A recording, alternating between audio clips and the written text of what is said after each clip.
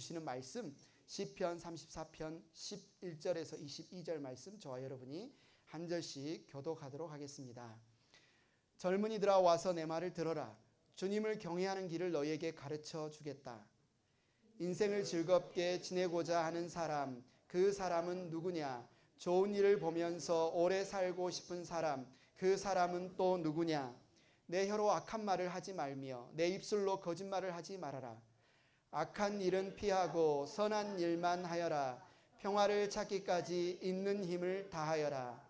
주님의 눈은 의로운 사람을 살피시며 주님의 귀는 그들의 부르짖는 소리를 들으신다.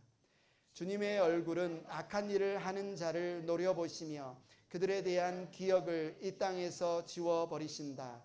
의인이 부르짖으면 주님께서 반드시 들어주시고 그 모든 재난에서 반드시 건져주신다. 주님은 마음 상한 사람에게 가까이 계시고 낙심한 사람을 구원해 주신다. 의로운 사람에게는 고난이 많지만 주님께서는 그 모든 고난에서 그를 건져주신다. 뼈마디 하나하나 모두 지켜주시니 어느 것 하나도 부러지지 않는다. 악인은 그 악함 때문에 끝내 죽음을 맞고 의인을 미워하는 사람은 반드시 마땅한 벌을 받을 것이다. 주님은 주님의 종들의 목숨을 건져주시니 그를 피난처로 삼는 사람은 정죄를 받지 않을 것이다. 아멘. 자리에 앉아주시기 바랍니다.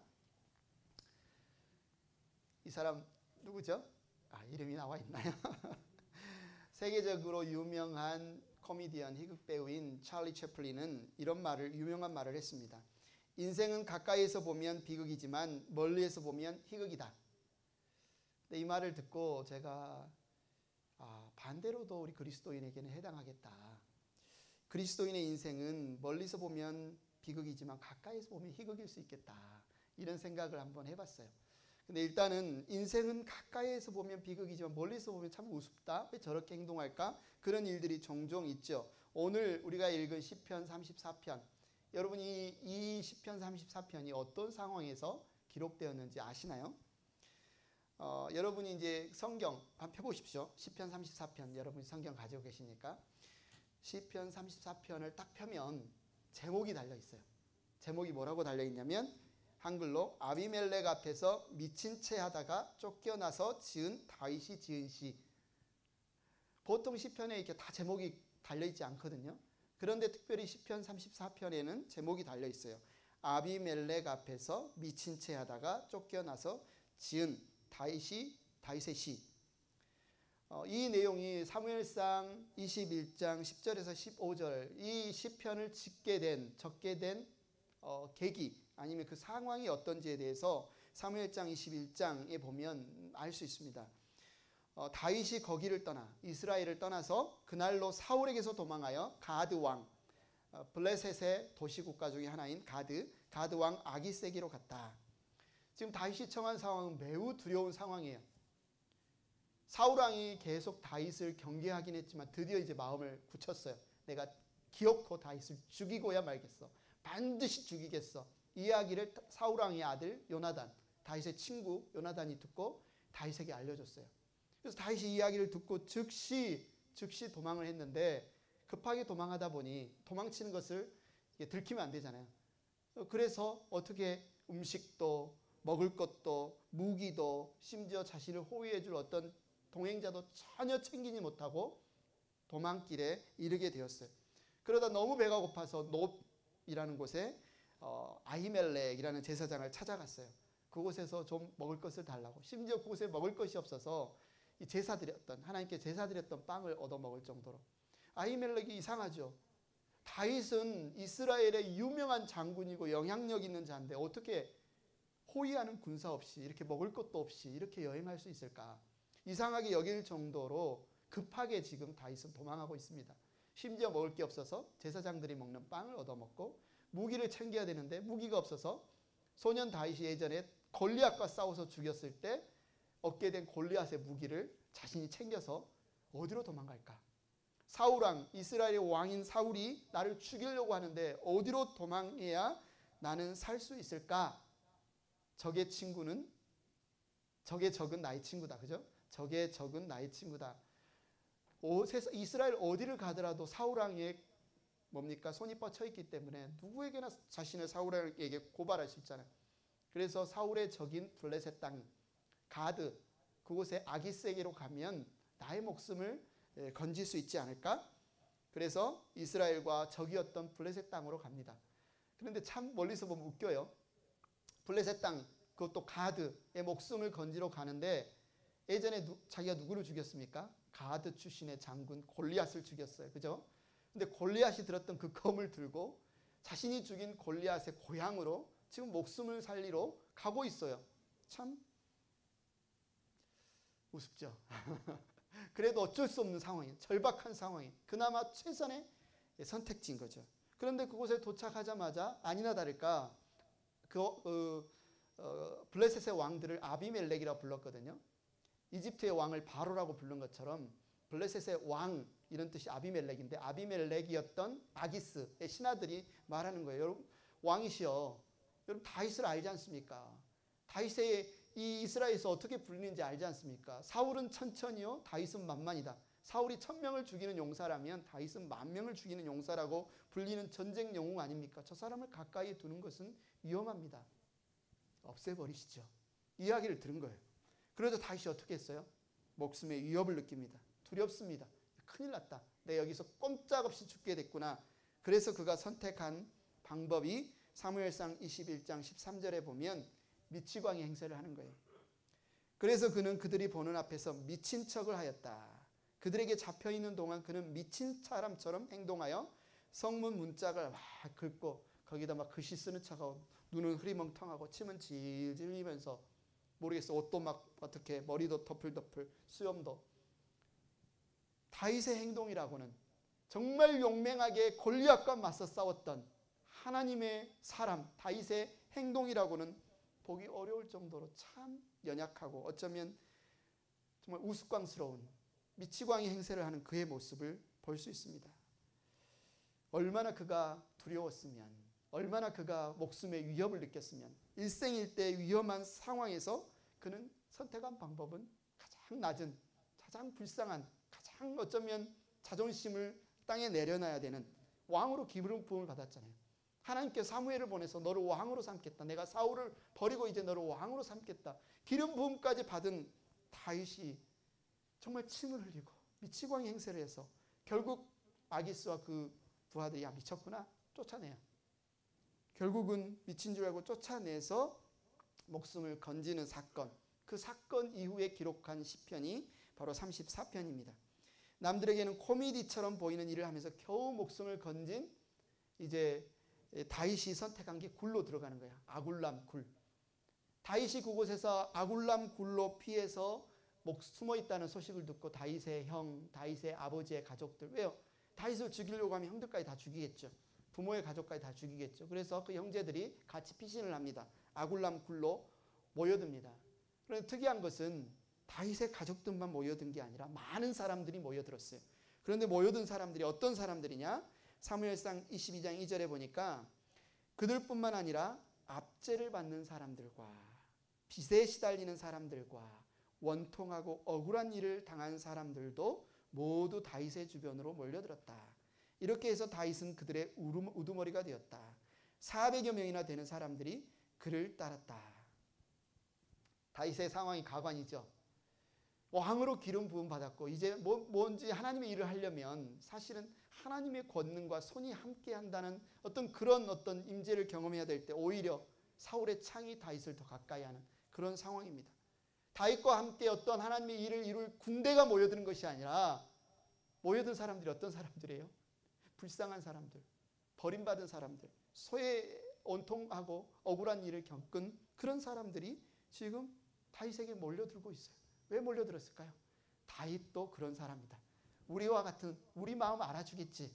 다윗도 원통하고 다윗도 사울왕이 죽이려고 하니까 얼마나 우리가 똑같구나. 이런 마음을 가지고 다윗에게 몰려든 거 아닙니까? 반대로 다윗의 입장에서 자신이 그런 미치광이 행세까지 해서 목숨을 건져야 될 상황이 아니었다면 다윗이 사울에게 버림받지 않았다면 이런 사람들을 환영하면서 맞아들였을까요? 그런데 결국 지금 다윗이 그런 일들이 벌어진 거예요. 본인도 사울왕에게 쫓김을 받고 미치광이 행세를 해서까지 목숨을 건져야 되고 굴에 숨어 있어야 되는 그 상황. 근데 하나님의 어떤 도우심을 경험한 그 상황에서 이 시편 34편을 기록했습니다. 이제 어제 우리가 시편 34편 1절에서 10절까지 묵상했고 오늘 11절부터 22절까지 묵상하는데 여러분이 한번 쭉 읽을 때 이 시편에서 어떤 느낌이 들었나요? 두렵다, 자존심 상한다, 비굴하다, 뭔가 분노가 막 전혀 그런 느낌이 없잖아요. 나는 하나님을 항상 찬양하련다. 34편 1절 그렇게 시작해요. 다윗은. 나는 주님을 늘 찬양하련다. 34편 9절 10절은 나에게는 부족함이 없도다. 우리가 지난주에 묵상했던 시편 23편처럼 정말 미치광이 행세를 하면서 발붙일 곳이 없어서 굴에 숨어 사는 우리가 쉽게 말해 주제에 그에 위해서는 뭐라고 이야기를 하냐면 나는 늘 주님을 찬양하겠다.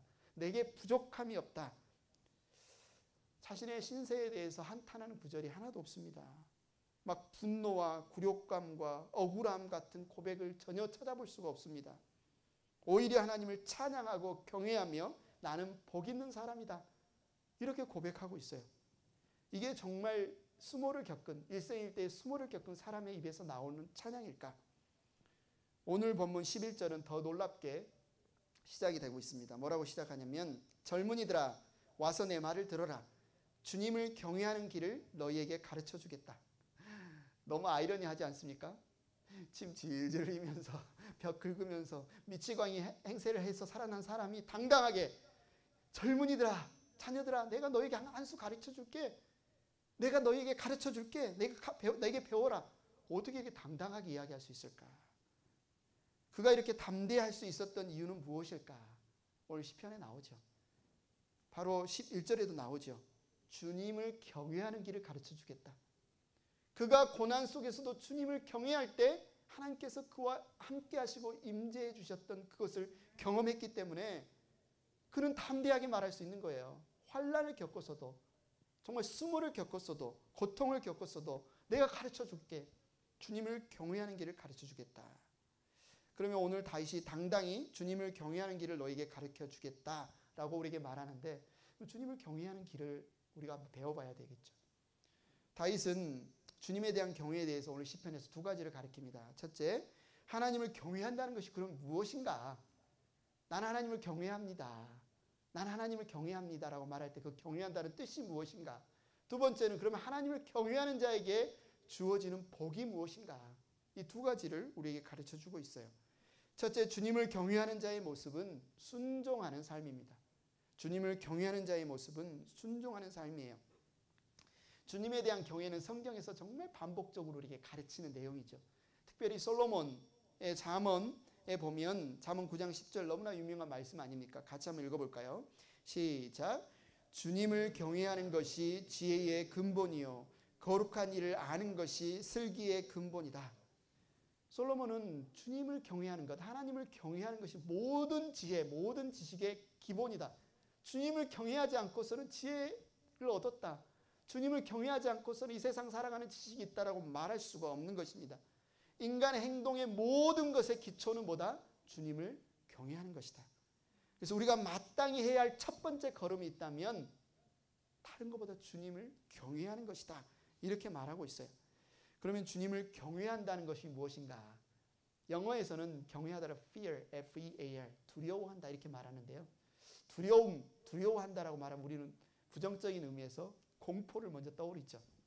막 뭔가 대상에 대해서 너무너무 공포심을 갖는 것. 그러나 성경에서 말하는 주님을 두려워함은 그런 부정적인 의미의 공포가 아니라 긍정적인 의미의 존경하는 것.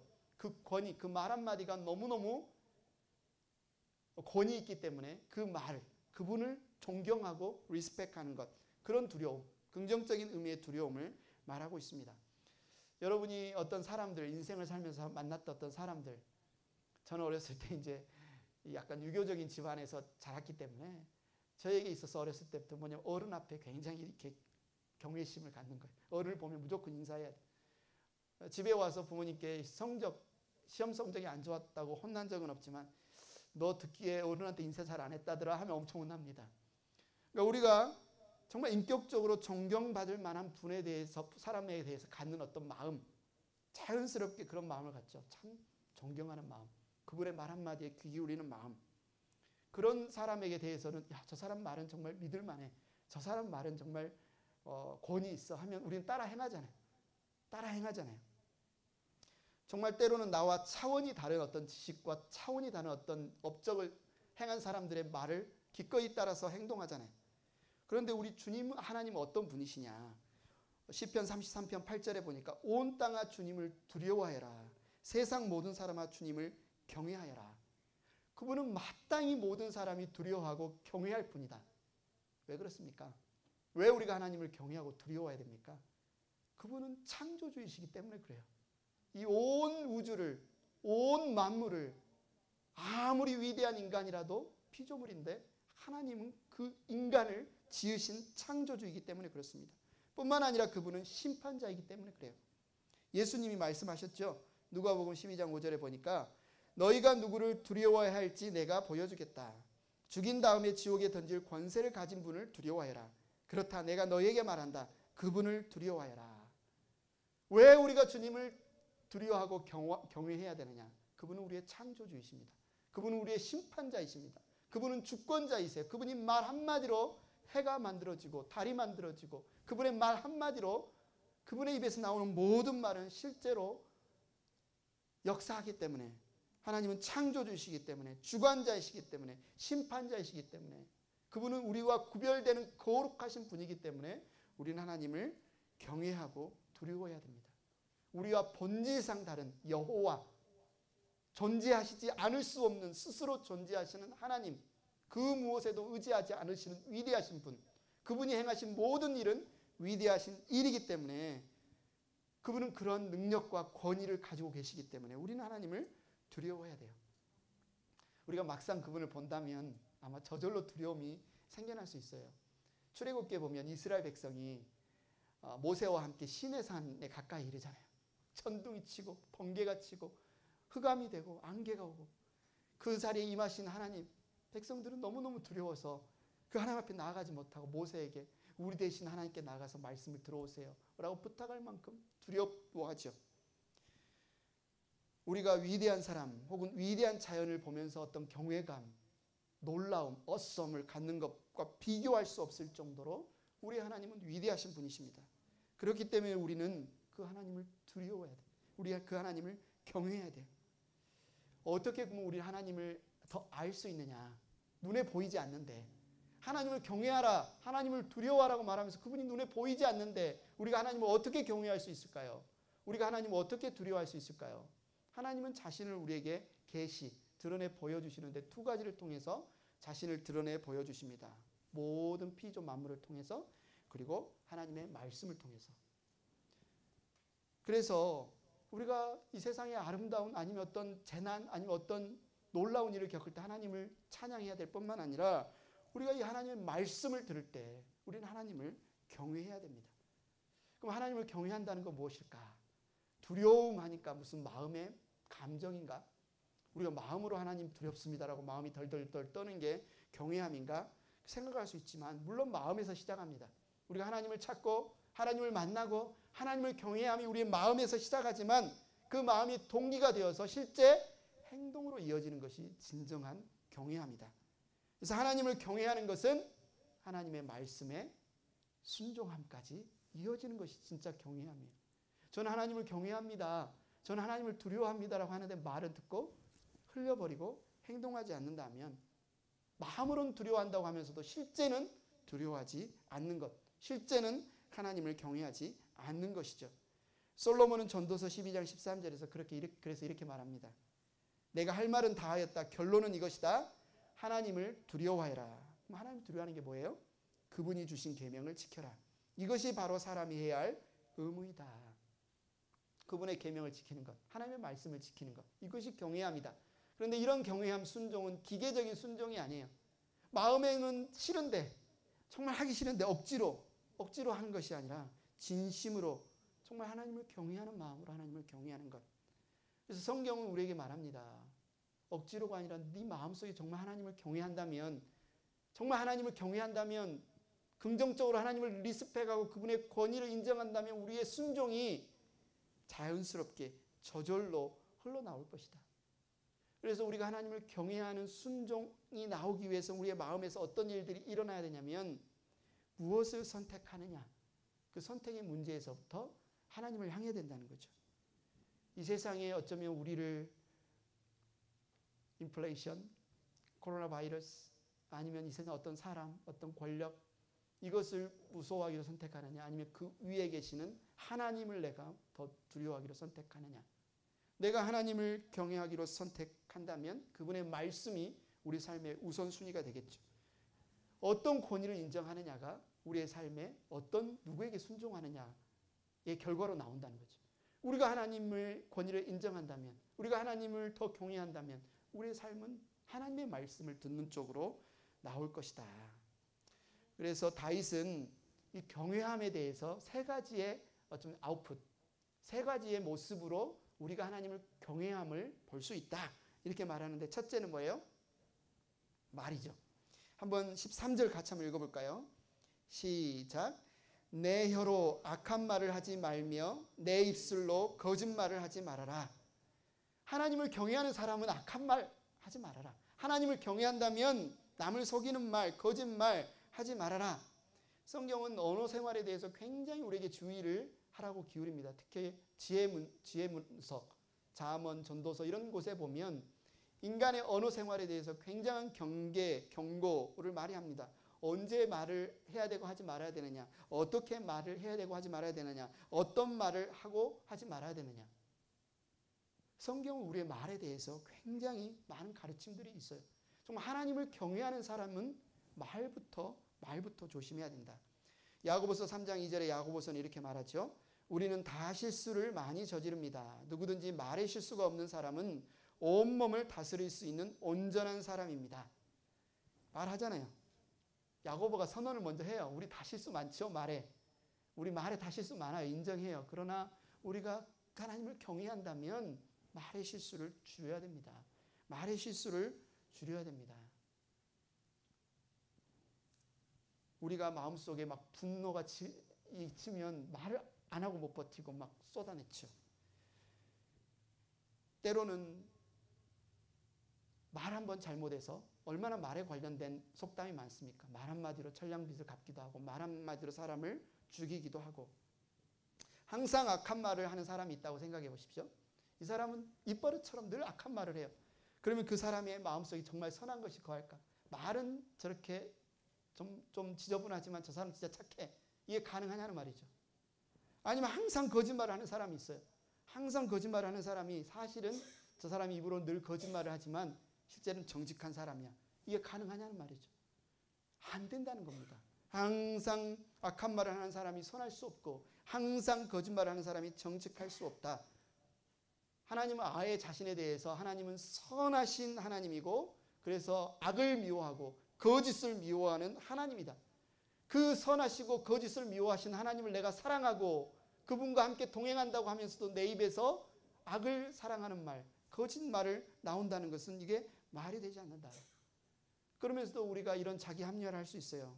상황이 그래서 백색 거짓말, 화이트, 백색 거짓말이라 어쩔 수 없었다 하면서 거짓말을 하기도 하고 사실 내 그냥 성격이 그래. 내가 성격이 마음 나쁘지 않는데 그냥 거칠게 말하는 스타일이야.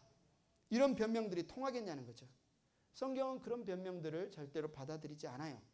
하나님을 경외하는 것은 내 말을 하나님이 다 듣고 계시고 나는 하나님 그분을 대표하는 자로서 이 시간에 말하기 때문에 어떻게 그 선하신 하나님, 거짓말을 하시지 않는 하나님을 내가 믿고 따른다고 하면서도 악한 말과 거짓말을 하겠느냐 이렇게 말하는 거죠.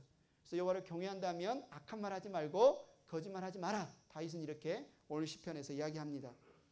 두 번째는 뭐예요? 행동, 이제 실제 행동이죠. 14절 같이 한번 읽어볼까요? 시작. 악한 일은 피하고 선한 일만 하여라. 하나님을 경외한다면 말만 할 뿐만 아니라 실제 행동에 있어서도 분명한 삶의 기준이 하나님의 말씀을 따라야 된다는 겁니다.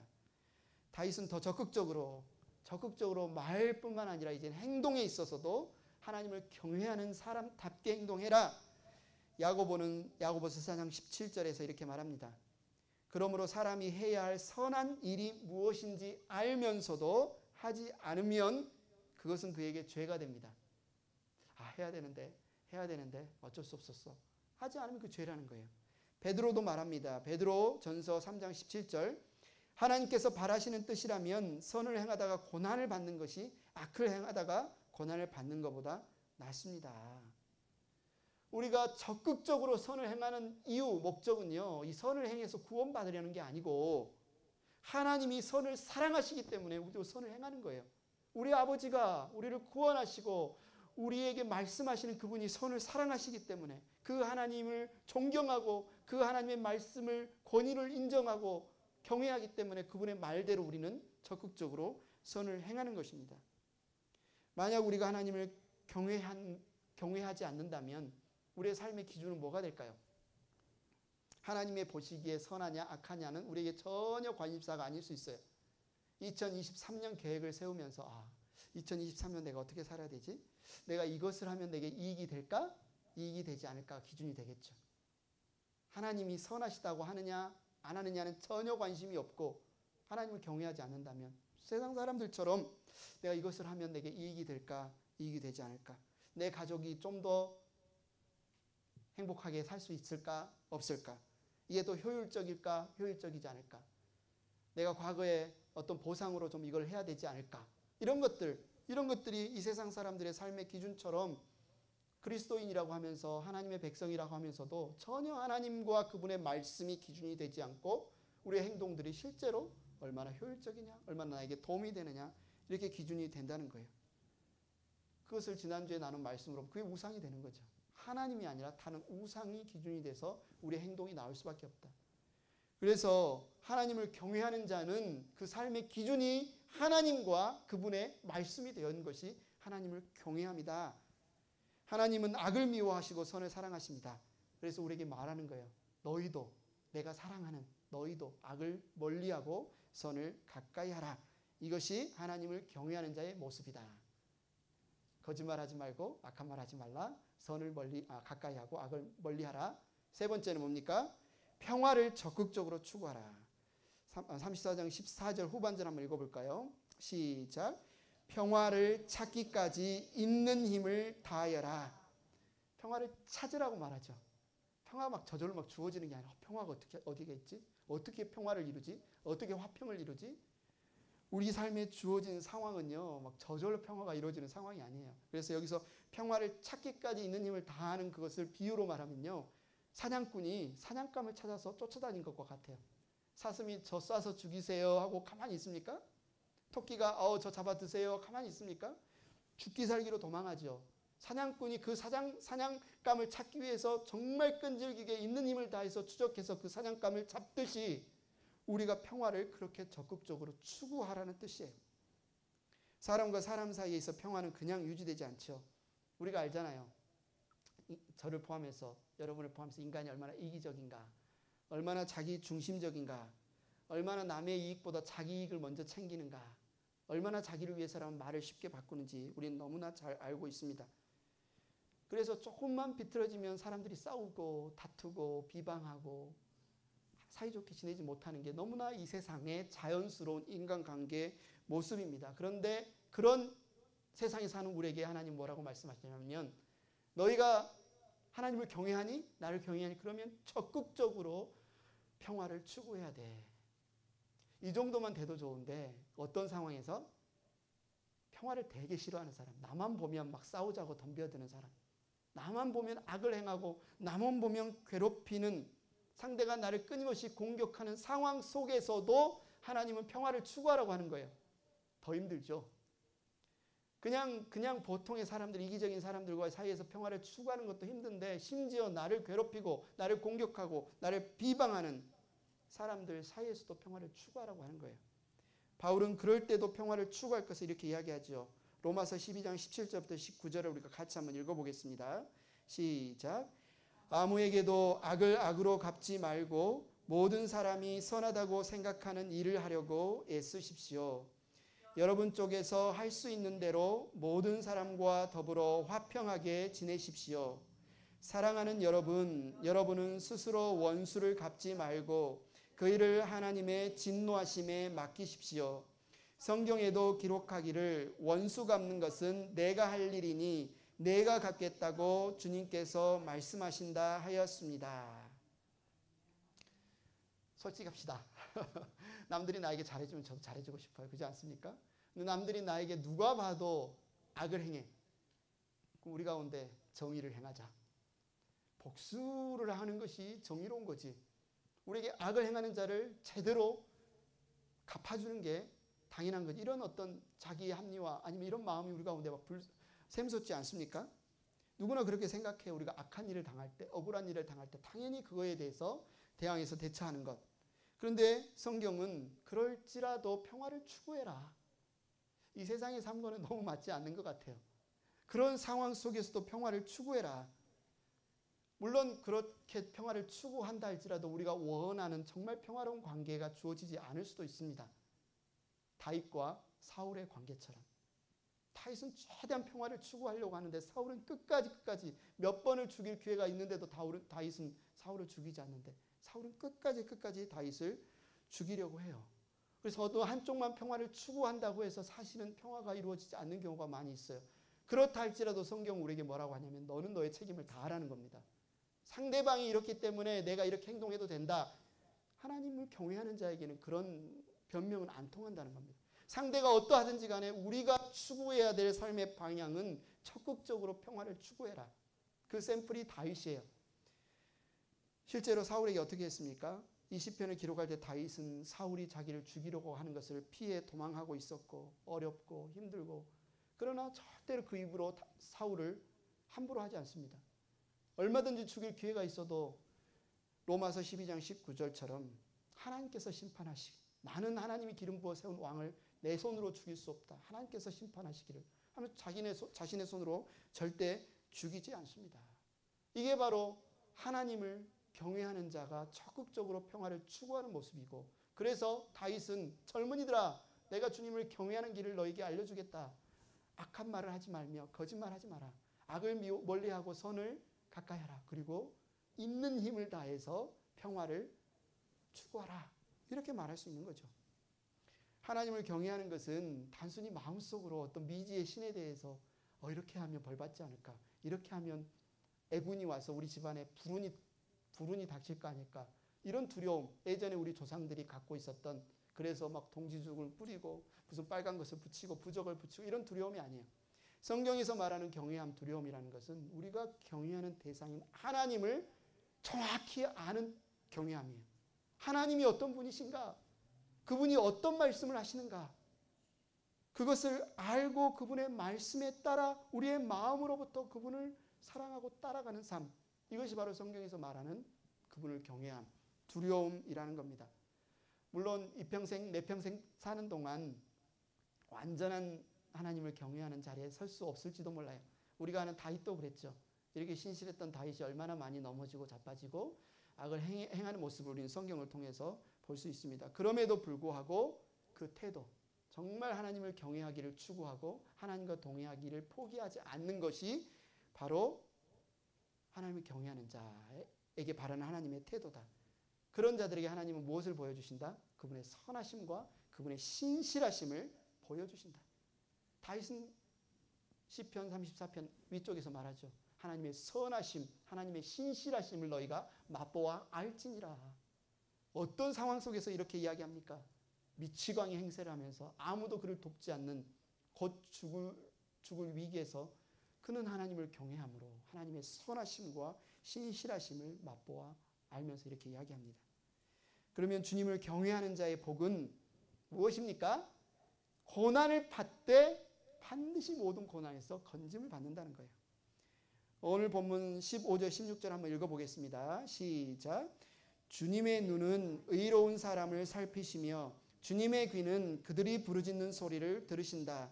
주님의 얼굴은 악한 일을 하는 자를 노려보시며 그들에 대한 기억을 이 땅에서 지워버리신다. 의인과 악인을 대조해서 말하고 있어요. 살피시며 노려보시며 표현은 좀 틀리지만 하나님은 의인과 악인을 뭐예요? 바라보신다. 지켜보신다. 그런데 의인을 향한 눈은 어떤 눈이에요? 꿀이 뚝뚝 떨어지는 눈, 꿀이 뚝뚝 살피셔서 정말 긍휼히 여기시고 사랑으로 바라보시고 정말 아버지가 자녀를 바라보시는, 어머니가 자녀를 바라보시는 그런 눈으로 하나님이 의인을 바라보십니다. 그러나 악인은 어때요? 꿀이 아니라 노려보는 눈, 혼나야 되겠구나, 공의롭게 행하시는 눈, 심판자의 눈. 그래서 어떻게 하십니까? 악한 일을 하는 자를 노려보시며 그들에 대한 기억을 이 땅에서 지워버리신다. 아무리 이 땅에서 그들이 위대한 일을 행해도, 나름대로 세상이 알아주는 어떤 유명한 일을 행해도 세상이 그를 기억하지 못해요. 하나님 앞에 그가 아예 세상에서 지워버린 바 되게 하신다. 둘째, 하나님은 들어주시고 건져주시고 구원해 주신다. 하나님이 경외하는 자에게 베푸신 첫 번째 복은 살펴보시고 들으신다고요. 두 번째 복은 들어주시고 건져주시고 구원해 주신다. 17, 18절 같이 읽겠습니다. 시작. 의인이 부르짖으면 주님께서 반드시 들어주시고 그 모든 재난에서 반드시 건져주신다. 주님은 마음 상한 사람에게 가까이 계시고 낙심한 사람을 구원해 주신다. 이게 복이에요. 하나님을 경외하는 자의 복. 부르시면 대답하세요. 부르시면 들어주세요. 재난에서 건져주십니다. 마음이 낮아졌어. 왜요? 너무 힘드니까. 미치광이 행세를 해야 살 수 있으니까. 나만 보면 죽이려고 쫓아오니까. 최고의 권력자가 마음이 낮아졌어요. 마음이 깨졌어요. 소망이 없어요. 내년에 내일 무슨 일이 일어날까 보장이 없는. 그러나 그렇기 때문에 이들은 누구를 찾아요? 누구를 피난처로 삼아요? 하나님을 찾습니다. 하나님을 피난처로 삼습니다. 그런 깨진 마음, 상한 갈대와 같고 꺼져가는 등불과 같은 마음으로 하나님을 찾는 자들을 하나님은 어떻게 하신다? 들어주신다. 건져주신다. 구원해 주신다. 이것이 하나님을 경외하는 자에게 베푸시는 하나님의 복이다. 그래서 이 모든 말을 어쩌면 시편 34편의 요절처럼 주어진 말씀이 19절입니다. 자, 한번 같이 읽어볼까요? 시작. 의로운 사람에게 고난이 많지만 주님께서는 그 모든 고난에서 그를 건져주신다. 어떤 사람들은 이 말씀을 원하지 않을 수 있어요. 의인에게는 고난 없이 형통하지만, 이걸 더 바랄 수 있겠지만, 아니면 어떤 분들은 그렇게 가르치기도 하지만 아닙니다. 성경은 우리에게 말해요. 의인에게는 고난이 많다. 하나님을 경외하며 그분을 따르려는 자들에게는 고난이 많다. 경건하게 살고자 하는 자는 핍박을 받으리라. 성경은 이야기를 합니다. 그러나 너무나 감사한 것은 그 고난에서 반드시 하나님이 건져주신다는 거예요. 그 고난 중에 선하신 하나님과 함께하는 것이 경외하는 자의 복이라는 거예요. 고난이 없는 것이 아니라 고난이 있을 때 그 고난을 뛰어넘으시는 하나님의 돌보심과 함께하심이 있다는 것입니다. 우리 인생이 무슨 일을 겪느냐보다 더 중요한 것은 내 곁에 지금 누가 계시느냐? 주님이 계신다. 나를 도우시고 나에게 귀를 기울이시며 나를 건지시는 주님이 계신다. 우리에게는 고난이 많이 있을 수 있습니다. 여러분의 2022년, 2023년의 인생에 많은 고난이 있을 수 있습니다. 그것 가지고 하나님 왜 저에게 이런 인생 겪게 하십니까가 아니라 우리가 이 말씀을 기억하시면 좋겠어요. 의인에게는 고난이 많지만 하나님이 건져주신다. 이게 복이구나. 이게 하나님을 경외하는 자고 하나님 말씀에 순종하는 자에게 복이구나. 내가 원하는 것은 이때 이런 방법으로 구원을 베푸시는 것을 바라지만 내 생각을 뛰어넘으시는 하나님은 그때 하나님의 때 하나님의 방법으로 구원을 베푸시는 분이시구나. 그리고 너무나 감사한 하나님을 경외하는 자에게 주어지는 세 번째 복은 뭡니까? 21절 같이 한번 읽겠습니다. 시작. 악인은 그 악함 때문에 끝내 죽음을 맞고 의인을 미워하는 사람은 반드시 마땅한 벌을 받을 것이다. 이 세상의 정의죠. 죄를 지으면 벌을 받아야 되고 악을 행하면 혼나야 되고 형벌을 받아야 되는 게 이 세상의 정의고, 그래서 하나님은 악인에게 그렇게 행하십니다. 행한 대로 갚으세요. 벌을. 그런데 22절 보십시오. 주님은 주님의 종들의 목숨을 건져주시니 그를 피난처로 삼는 사람은 정죄를 받지 않을 것이다. 이 사람들은 죄를 안 지었을까요? 이 사람들은 악을 행하지 않았을까요? 악을 행하죠. 인간이, 죄인이 어떻게 악을 행하지 않을 수 있겠습니까? 그런데 하나님은 악인들에게 대하는 방식으로 이들을 대하지 않으세요. 목숨을 건져주세요. 그들을 죄인으로 정죄하지 않고 죄를 용서해 주세요. 왜요? 그들은 하나님을 경외하며 하나님을 찾는 자들이기 때문에. 여기에 예수 그리스도에 대한 복음이 담겨 있습니다. 이 시편에. 어떻게 하나님이 죄인인 우리를 의인으로 바라보시는가?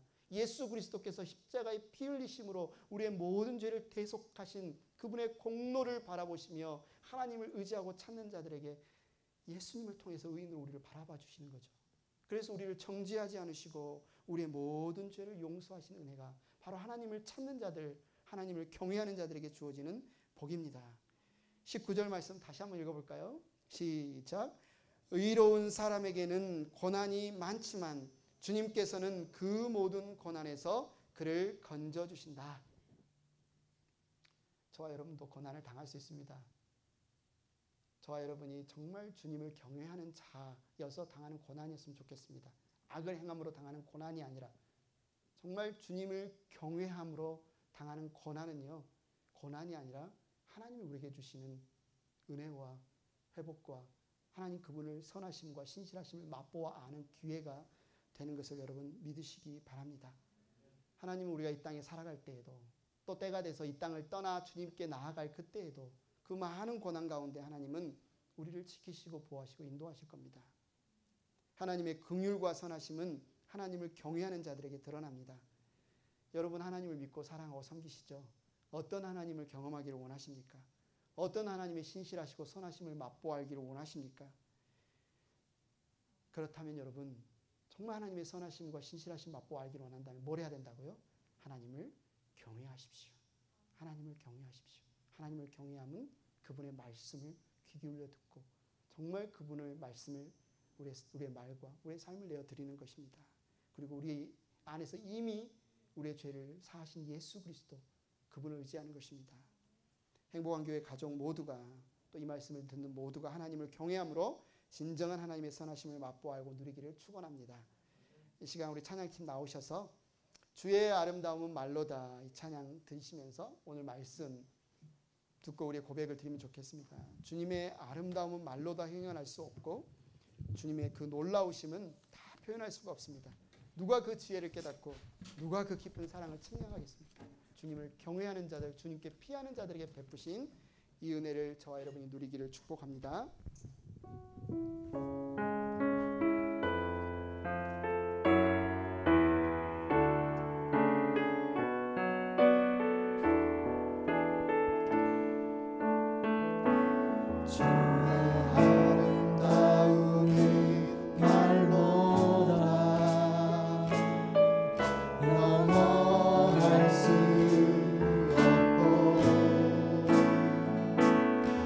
주님의 그 놀라운